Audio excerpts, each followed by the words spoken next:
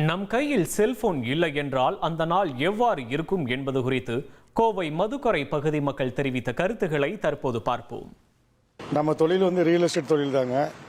அதனால் பார்த்தீங்கன்னா ஃபோனு நமக்கு பயங்கர பயன்பாடு. ஃபோனு எங்களுக்கு இமிடியட்டாக உடனே லொக்கேஷன் பார்க்குறதுக்கு, எங்களுக்கு பார்ட்டியை உடனே கேட்ச் பண்ணுறதுக்கு, எங்கள் தொழிலுக்கு பயங்கர முக்கிய மூலத்தோடம் பார்த்தீங்கன்னா மொபைல் ஃபோனு தான். செல்ஃபோனால் நிறைய பயன்பாடு இருக்குது. அது என்னென்னு பார்த்தீங்கன்னா, ஏதோ வேணா அர்ஜென்ட்டுக்கு ப்ரௌஸ் பண்ணிக்கலாம் டப்புன்னு.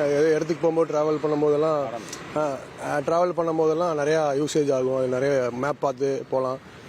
அப்புறம் டிஸ்அட்வான்டேஜ் பார்த்தீங்கன்னா, ஒரு நாள் ஃபோன் இல்லாமல் இருந்தால் நிறையா மிஸ்கம்யூனிகேஷன் ஆகும். செல்போன் இல்லாதது ஒரு நாளைக்கு முடங்கி போச்சுனாவே நம்ம தொழில் எல்லாமே முடங்கிடும் ஆக மொத்தத்தில். ஏன்னா இன்னைக்கு அப்படி கொண்டு வந்துட்டாங்க.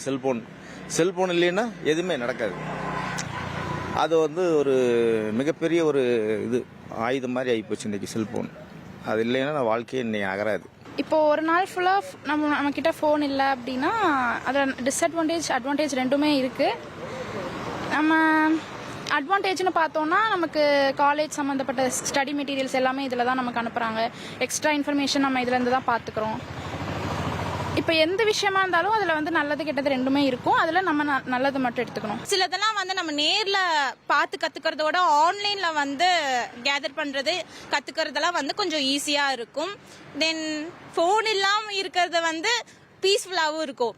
நான் ஃபோன் இல்லாமல் இருந்திருக்கேன். ரொம்ப பீஸ்ஃபுல்லாக நிம்மதியாக இருக்கும்.